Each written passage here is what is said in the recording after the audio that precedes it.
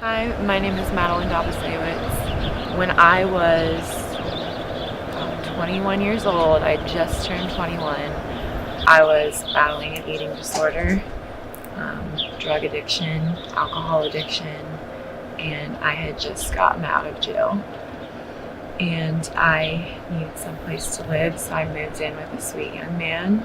We started dating. Only a couple months later, I found out I was pregnant. All my life, I wanted to be a mother. I watched my mom raise little children in the church, and I loved seeing the joy that it brought her. And my mom is my role model, and I've always loved kids. I liked working with kids in the church. I liked working with them in Bible study. I love babies, still love babies. I've got baby fever to this day. But I became pregnant and I wanted to have this baby. But I was so afraid of bringing a baby into the world because of my own demons. My own demons being alcohol addiction. I could not stop drinking for the life of me. I drank to hide emotions like depression, anxiety. I was battling feelings of not being an adequate mother. I didn't want to gain weight because I had grown up with an eating disorder and anorexia. So all these co-occurring disorders, all these demons, messed with my mind. First of all, making me think I wouldn't be able to carry out a pregnancy. Like something like that was too much for me to handle. But I still wanted to be this child's mom. I still wanted to be her mom. 5 months into my pregnancy, we hadn't told his parents yet. He was, he acted like he was excited about becoming a father, but he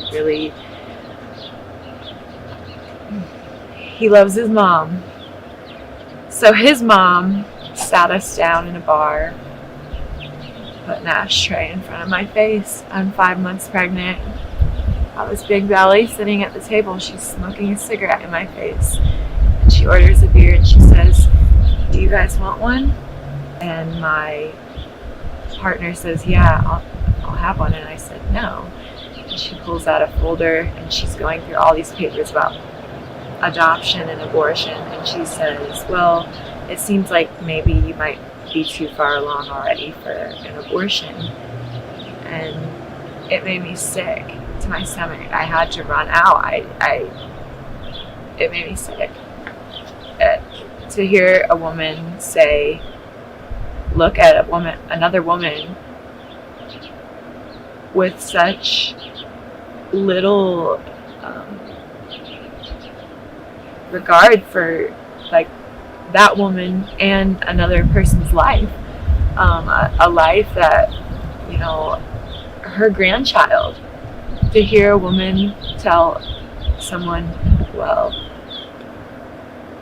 it seems as though it's too late for an abortion," so I felt so hurt. My partner at the time, he chased me out of the restaurant, and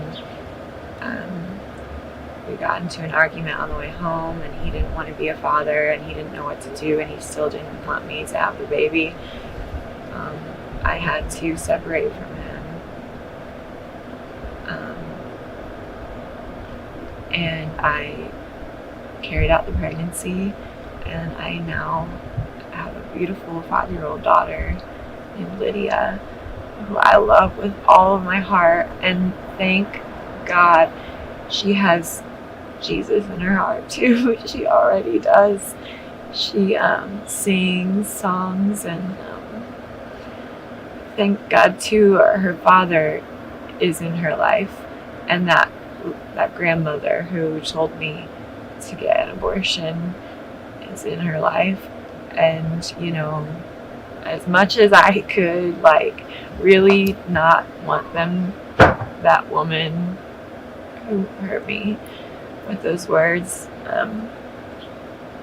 as much as I could want to keep my child from her and hold spite, I forgive her. I forgive her for her feelings that day towards me and my pregnancy, and her stance on life, value of life. The Lord provided in so many ways, not only this little girl's life, but my own life. I got my life back. I got over my eating disorder. Nourishing this child showed me that someone should be nourished. Someone needs food to grow and to be healthy and strong. And so she relieved me of that thing that was attacking me. I mean, my eating disorder, I spent 2 decades, like almost 2 decades, battling this eating disorder. And I totally owe it to her for, like, just ever since she's been in my life, that's been out. It brought my family together that I had a child. Everyone bonded over the fact that there was a new baby in the family, and it just bring people together. Everybody in my family was so happy to come together after years of having not really spent much time together. So that was another thing. And then it just brought me and her father a lot more stability. Just naturally, we were kind of rowdy. We loved to party. We were running around with a rough crowd, and after we had her, we mellowed out and we, we adults. It saved my life it saved my life and her life. Some of the drugs I was doing, I did stop. I continued to drink. It made things difficult parenting, but it also, she's my motivation, one of my biggest motivators to stay sober, because I don't want her to grow up in a broken home without her mother or her father. I come from a family of alcoholics, and I've seen how it has affected them, and I want her to have her mom. I think that any woman should choose life against all odds. Another thing I hear a lot of people say is, well, they want kids when they're ready. It never happens when you're ready. You're never ready. You're never ready, and you never think that you're ready. Once you're blessed with a life, God will provide. God will provide. Absolutely. In whatever way He can. And for me, it was the family. Family came and surrounded me. Financially, clothing, diapers, everything. Food, even for me.